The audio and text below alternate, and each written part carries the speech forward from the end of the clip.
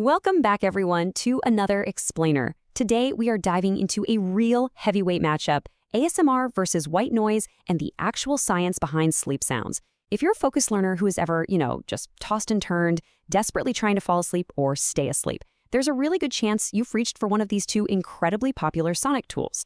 Now, they are both wildly popular, absolutely, but fundamentally, they are completely different things. So today, we're going to dig into the latest data to uncover exactly how they work, and hey, we might just discover a few things about our own sleeping habits along the way. And that brings us to the million-dollar question, right? Which one of these actually works better?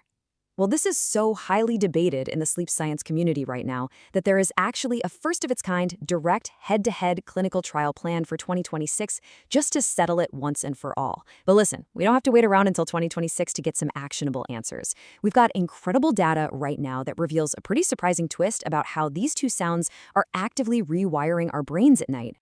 Okay, let's dive into this. 1,301 in a massive 2025 systematic review and meta-analysis across 12 different randomized control trials.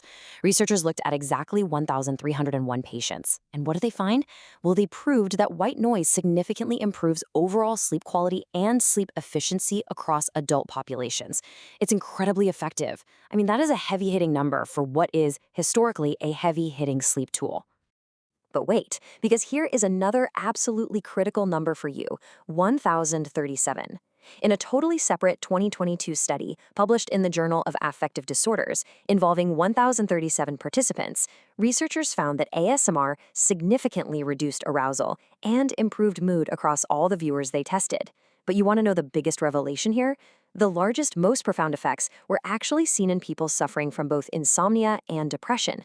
And that's fascinating, because that is a specific group that traditionally only sees pretty modest effects from standard white noise. So this brilliantly illustrates why they both work, but in literally completely different ways. On one side of the ring, we have unvarying broadband sound. White noise, pink noise, brown noise. This is consistent, unpatterned audio. Your brain doesn't have to follow a story or process a relationship. It's literally just sound covering up other sound.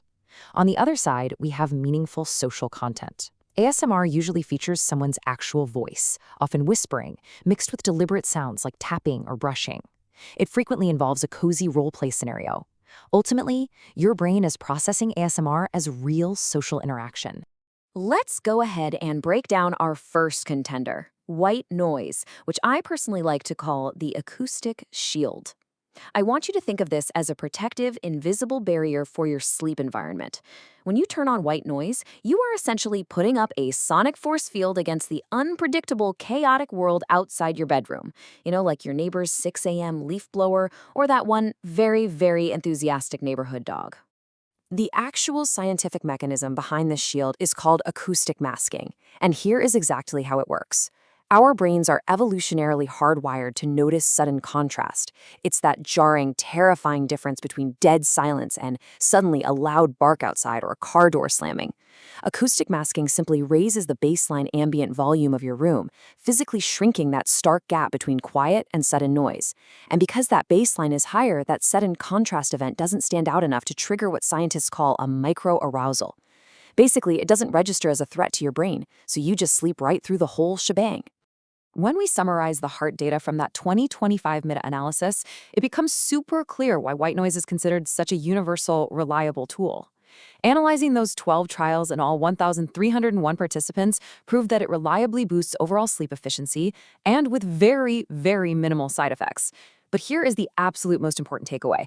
It works across almost all neurological profiles, and it requires literally zero effort or preference on your part. You don't actually have to enjoy the sound of a roaring fan or television static. It just mechanically masks your environment, whether you're a fan of the sound or not. All right, let's shift gears to contender number 2, ASMR, which operates as the nervous system soother. Have you ever laid in bed, the room is perfectly quiet, there are absolutely no leaf blowers, no dogs, but your mind is just racing at 1,000,000 miles an hour? It's 2 a.m. and you're agonizing over an email you forgot to send, or the chores you need to do, or that never-ending to-do list. Well, in that scenario, an acoustic shield doesn't help you at all. Why? Because the noise isn't in the room. The noise is in your head. Now, what's really interesting about this slide is how ASMR takes a completely different neurochemical route to help you sleep. Tested on high school students, this 2024 clinical trial showed a statistically significant reduction in sleep latency, meaning the actual time it takes you to fall asleep, with a really solid p-value of 0.036. The more consistent their pre-sleep ASMR exposure was, the faster they fell asleep. And how exactly does it pull this off? By activating the medial prefrontal cortex and triggering the oxytocin system. It is essentially downshifting your entire nervous system using social bonding circuitry.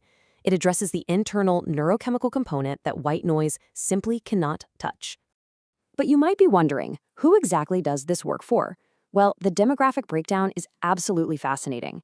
ASMR improves mood and reduces arousal for the vast majority of people, around 73% of us, simply because we're engaging with calming, low-stakes social content. But there is a specific group of super responders. About 25 to 30% of the population experience actual physical tingles. And for these individuals, the relaxing benefit of ASMR is incredibly strong. It acts almost like a gentle, natural sedative. Okay, so we've got the acoustic shield on one side and the nervous system soother on the other. It is time for the ultimate comparison scorecard. Let's put these two interventions head to head and see exactly how they stack up against each other across the key dimensions of a good night's rest.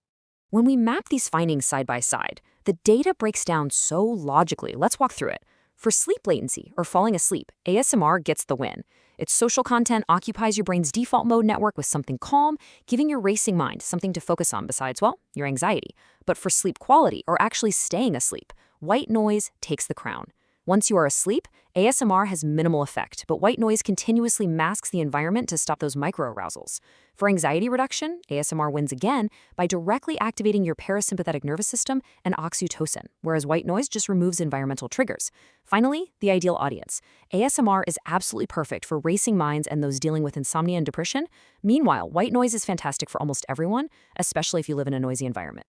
Which brings us to the climax of this whole explainer, captured perfectly by researchers. They're not competitors. They address different phases of the sleep problem. I mean, what an amazing twist. You don't actually have to choose just one. They are distinct tools designed for completely different jobs. One helps you turn off your brain, and the other helps you block out the world. So what does this all mean for us? How do we take all this 2024 and 2025 science and actually use it in our own bedrooms tonight? Let's pivot to a highly actionable takeaway. We can synthesize this data to create what I like to call the ultimate sleep strategy. So the crucial point is this simple, highly effective two-step sequence. Step 1. Listen to ASMR for about 20 to 30 minutes right before bed. This is going to engage your social bonding circuitry and successfully downshift your nervous system, drastically reducing the time it takes you to actually fall asleep. Step 2. Right as you are drifting off, switch to continuous white or brown noise. Just let that run continuously through the night to acoustically mask your room, shielding you from any sudden disruptions until morning. Notice how perfectly these two phases complement each other in practice. Phase 1 is all about internal regulation, calming the nervous system using the social and neurochemical power of ASMR. Phase 2 is about external protection, masking the environment using the unvarying, broadband shield of white noise. By combining these two interventions in this exact order, you are adopting the absolute most robust, evidence-informed approach to conquering your sleep issues. And that brings us to the end of our explainer today. Now that you understand the actual science of sound, you don't just have to lie there in the dark anymore. You can empower yourself with the exact sonic tool you need to get a scientifically backed night of rest. I want to leave you with one final thought to ponder tonight. What is keeping you